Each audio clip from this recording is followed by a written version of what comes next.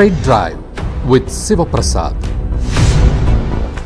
Welcome to straight drive. ఆంధ్రప్రదేశ్లో జగన్ ప్రభుత్వం అధికారంలో ఉన్నప్పుడు ఎట్లాంటి దుర్వినియోగాలకు పాల్పడింది అనేది కనుక చూస్తే ఇప్పటివరకు విడుదల చేసినటువంటి శ్వేతపత్రాలు కానీ లేకపోతే మిగిలినటువంటి అంశాలు కానీ ఒకసారి పరిశీలిస్తే అనేక రకాల అంశాల్లో తీవ్రమైనటువంటి దుర్వినియోగం జరిగింది అనేది స్పష్టంగా అర్థమవుతుంది. ఏకంగా మద్యానికి సంబంధించినటువంటి పాలసీ ఇష్యూలో ఏం జరిగిందో అందరికీ తెలిసిన విషయమే. ఈడీ యొక్క ఇంటర్ఫిరెన్స్ కూడా కావాలని చెప్పి చంద్రబాబు నాయుడు లేఖ రాస్తారని కూడా చెప్పారు. ఇట్లా విడుదల చేసినటువంటి 7 శ్వేతపత్రాలు కనుక మనం చూసినట్టయితే ప్రతి అంశంలోనూ రెవెన్యూకి సంబంధించి కానీ లేకపోతే మిగిలినటువంటి అనేక అంశాలు ఫైనాన్స్ కానీ వీటన్నిటిలో కూడా అనేక రకాల అవకతవకలు జరిగినాయనేది సుస్పష్టం. అయితే తాజాగా ఒక టెక్స్ట్ వాట్సాప్లో సర్క్యులేట్ అవుతుంది తీవ్రంగా. జగన్ తన ఇంటి వద్ద చేసినటువంటి అనేక రకాల మరమ్మతులు లేకపోతే కొంతమంది నాయకులకి చేసినటువంటి సహాయాలు అందామా లేకపోతే మిస్అప్రాపరేషన్ అందామా whatever it may be, ఇటువంటివన్నీ కూడా ఓ పెద్ద లిస్టు సర్క్యులేట్ అవుతుంది. అది కూడా జీవో నెంబర్లతో సహా. ఈ జీవో నెంబర్లన్నీ కూడా ఆంధ్రప్రదేశ్ ప్రభుత్వంలో ఇంతకాలం రహస్యంగా ఉన్నటువంటి జీవోలు ఈరోజు బయటకు వచ్చినాయి అనేది చెప్తూ ఉన్నారు.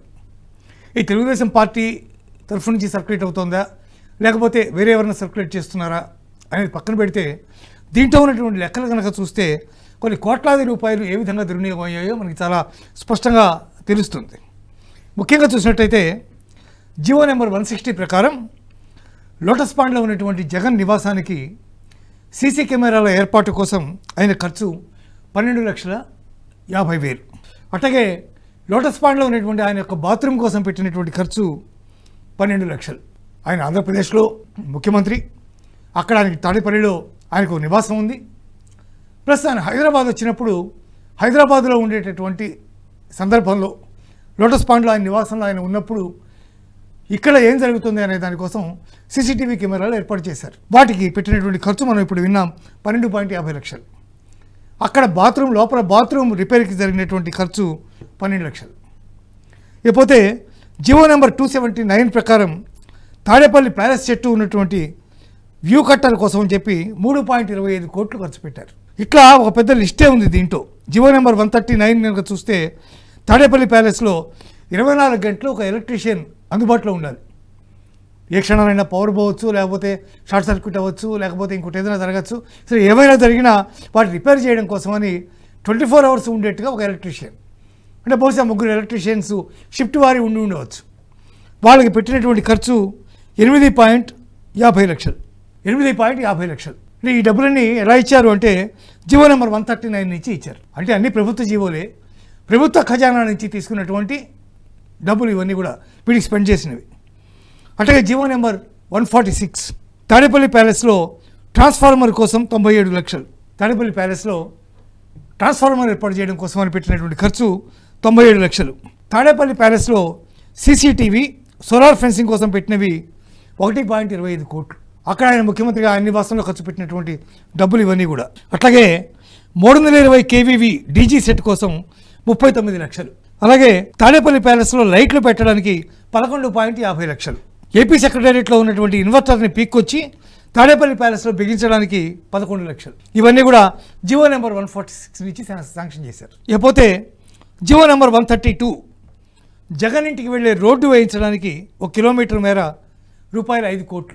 అట్లాగే జీవో నెంబర్ 308 జగన్ ఇంట్లో కుర్చీలు టేబుల్స్ కొనడానికి 39 లక్షలు. జీవో నెంబర్ 133 ప్రకారం తాడేపల్లి ప్యాలెస్ నుంచి హెలీప్యాడ్ దాకా వెళ్ళడానికి రోడ్డుకి ఫెన్సింగ్ వేయడానికి 40 లక్షలు. తాడేపల్లి ప్యాలెస్లో శాశ్వత ఐరన్ ఫ్రేమ్స్తో గ్రిల్స్ పెట్టడానికి 75 లక్షలు. తాడేపల్లి ప్యాలెస్లో దొడ్లు కట్టడానికి 43.50 లక్షలు. జగన్ ఇంటి చుట్టూ సెక్యూరిటీ పోస్టులు గేట్స్ శాశ్వతంగా పెట్టడానికి 38 లక్షలు. ఇవన్నీ కూడా జీవో నెంబర్ 133 నుంచి ఇష్యూ చేశారు. జీవో నెంబర్ 329 నుంచి తాడేపల్లి ప్యాలెస్లో కూలర్స్ పెట్టడానికి 22.50 లక్షలు.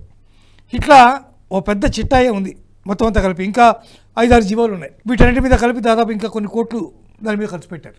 ప్రభుత్వ ఖజానా నుంచి ఇంత ధనాన్ని ఖర్చు చేయడం. దీంట్లో ఇంకా విచిత్రమైనటువంటి అంశాలు ఏంటంటే జీవో నెంబర్ 1609 ప్రకారం జగన్ మిత్రుడైనటువంటి శ్రీకాంత్ రెడ్డి ఉండడానికి బెజవాడలో ఒక అపార్ట్మెంట్ ఫ్లాట్ అద్దె కోసం ₹1,00,000 నెలకి.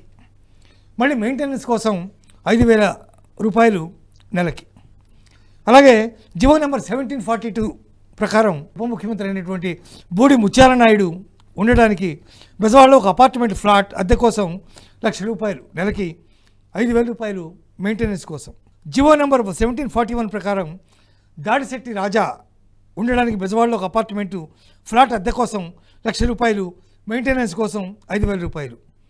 జీవో నెంబర్ 1743 ప్రకారం పిన్నెల్లి రామకృష్ణారెడ్డి ఉండడానికి బెజవాడలో ఒక అపార్ట్మెంట్ ఫ్లాట్ అద్దె కోసం ₹1,00,000 రూపాయలు మళ్ళీ 5,000 రూపాయలు ఖర్చుల కోసం కూడా. సరే, ఆయన ముఖ్యమంత్రిగా ఉన్నారు, సరే ఆయన నివాసానికి లేకపోతే ఆయనకు కావాల్సినటువంటి సెక్యూరిటీ పోస్టు లేకపోతే ఆయనకు కావాల్సినటువంటి రోడ్డు హెలిప్యాడ్ దాకా లేకపోతే ఇటువంటివన్నీ ఇక వాటిని ఎంతో కొంత మనం ముఖ్యమంత్రి కదా ఆయనకి ఇబ్బంది లేకుండా ఉంటాయని అనుకోవచ్చు. కానీ ఆయన స్నేహితులైనటువంటి వ్యక్తులకు కూడా ₹1,00,000 రూపాయలు నెలకి అద్దె, 5,000 మెయింటెనెన్స్ నలుగురికి ఇచ్చారు. శ్రీకాంత్ రెడ్డి, బూడి ముత్యాల నాయుడు, పిన్నెల్లి రామకృష్ణారెడ్డి, దాడిశెట్టి రాజా, ఈ నలుగురికి. అసలు మీకు ఇదంతా చూస్తుంటే అధికార దుర్వినియోగం అనేది ఎంత భయంకరంగా ఉంటుందో అర్థం కావట్లేదు. ప్రతి ఒక్క రాజకీయ నాయకుడు కూడా తను పతిత్తుననే చెప్తాడు. ఫర్ ఎగ్జాంపుల్, ఇంత పెద్ద ప్రమాదం జరిగి అంతమంది సజీవ దహనం అయిపోయినటువంటి కేసుకు సంబంధించి నిన్న చంద్రబాబు నాయుడు ఆ ఫ్యాక్టరీకి వెళ్ళారు, అక్కడ అందరినీ పరామర్శించారు, వాళ్ళకి ఏదో ఎక్స్గ్రేషియా ప్రకటించారు, అదంతా అయిపోయింది. ఇవాళ జగన్ అక్కడ పర్యటించారు. ఈ పర్యటించిన సందర్భంగా ప్రభుత్వ వైఫల్యమే దీనికి కారణం అని చెప్పి ఆయన ఒక పెద్ద అనౌన్స్మెంట్ చేశారు అక్కడ మీడియాతో మాట్లాడుతూ. అయిపోయింది. తర్వాత ఆయన కొంతమంది విలేకరులు ప్రశ్నించారు. లోపల మెయింటెనెన్స్కి సంబంధించినటువంటి అతి ప్రధానమైనటువంటి ఒక పైప్ లైన్ పాడైపోయింది, దాన్ని మొత్తం అంతా పునరుద్ధరించాలి, అలా లేకపోతే ప్రమాదాలు జరిగే అవకాశం ఉంది అని చెప్పి సేఫ్టీ మెజర్స్కి సంబంధించినటువంటి కమిటీ 2023లోనే రిపోర్ట్ ఇచ్చింది కదా, అప్పుడు మీ ప్రభుత్వం ఎందుకు స్పందించలేదు దాని మీద అని అడిగారు. అడిగితే నాకు ఫ్లైట్ టైం అవుతుంది, అర్జెంటుగా వెళ్ళాలి అని నవ్వి ఆయన వెళ్ళిపోయారు అక్కడి నుంచి. ఇది బాధ్యత. ఏమని భావించాలి దీన్ని? ఇన్ని కోట్ల రూపాయలు ఈ విధంగా ఖర్చు చేస్తే రాష్ట్రం అప్పుల పాలు కాక ఏమవుతుంది? ముఖ్యమంత్రి నివాస గృహం ఓకే, దానికి సంబంధించిన రిపేర్లు ఏమైనా ఉంటే చేయించుకోవడం ఓకే, దానికి సంబంధించిన ఫర్నిచర్ కావాలి ముఖ్యమంత్రికి ఓకే, కానీ హైదరాబాద్లో ఉంటున్నటువంటి నివాసానికి సీసీ కెమెరాలు, లోపల బాత్రూమ్ రిపేర్లు, లేదా మీ పార్టీలో ఉన్నటువంటి మిగిలినటువంటి వ్యక్తులు లేదా మంత్రులు వాళ్ళు ఎవరైనా ఉండడానికి ₹1,00,000 రూపాయల నెల అద్దెతో అపార్ట్మెంట్లు, ఇదే ముఖ్యమంత్రి చేయాల్సినటువంటి పని. ఈ జీవో నెంబర్స్ అన్ని వాళ్ళు ఇచ్చినటువంటి జీవో నెంబర్స్ అన్ని వెరిఫై చేసుకుంటే ఈ చెప్పినవన్నీ వాస్తవాలని అర్థమవుతుంది. ముఖ్యమంత్రి, మంత్రులు ప్రజాసేవకులన్న విషయాన్ని గుర్తుపెట్టుకోవాలి. ప్రజల సొమ్ముని ఈ విధంగా దుర్వినియోగపరచడం ద్వారా తాము ఏం చేస్తున్నామో, ఏ రకమైన సిగ్నల్స్ ఇస్తున్నామో అందరికీ అర్థం కావాలి. ఇప్పుడు అందులో ఏ తప్పు లేకపోతే బహిరంగంగానే జీవోలు తీసుకోవచ్చు కదా, జీవోల ప్రకారం. మరి రహస్య జీవోలుగా వాటిని ఉంచాల్సినటువంటి అవసరం ఏముంది? రహస్య జీవోలుగా అట్టిపెట్టారంటేనే ఇది ఎవరికి తెలియకూడదు అనేటటువంటి భావన ఆటోమేటిక్గా అర్థమవుతుంది కదా. ఇట్లాంటి దుర్వినియోగాలు ఏ స్థాయిలో జరిగాయో ఎన్డీఏ గవర్నమెంట్ అక్కడ ఫామ్ అయిన తర్వాత విడుదల చేసినటువంటి శ్వేతపత్రాలు మనకి వెల్లడి చేస్తాయి. అనేక రకాలైనటువంటి అవకతవకలు జరిగినాయి. ఒకవేళ వాటి మీద విచారణ జరిగితే దాన్ని మా మీద రాజకీయ కక్ష సాధింపుగా దాన్ని అభివర్ణిస్తారు. ప్రజానాయకులు, ప్రజాప్రతినిధులు ఎప్పుడైనా సరే తాము ప్రజల పట్ల ఎంత బాధ్యతాయుతంగా ఉన్నామో, ప్రజల సొమ్మును తాము ఏ విధంగా వాడుకుంటున్నామో అని దానికి జవాబుదారీతనం కావాలి. అలా లేని పక్షంలో వాళ్ళ వ్యక్తిగత విలువలు కోల్పోతాయి, రాష్ట్రానికి తీవ్రమైనటువంటి నష్టం కూడా వాటిల్లుతుంది. అందువల్ల ప్రజానాయకులు ఎప్పుడు కూడా బాధ్యత మెరగాలని అందరూ కోరుకుంటారు. అది వాస్తవం కూడా. చూస్తూనే ఉండండి NHTV.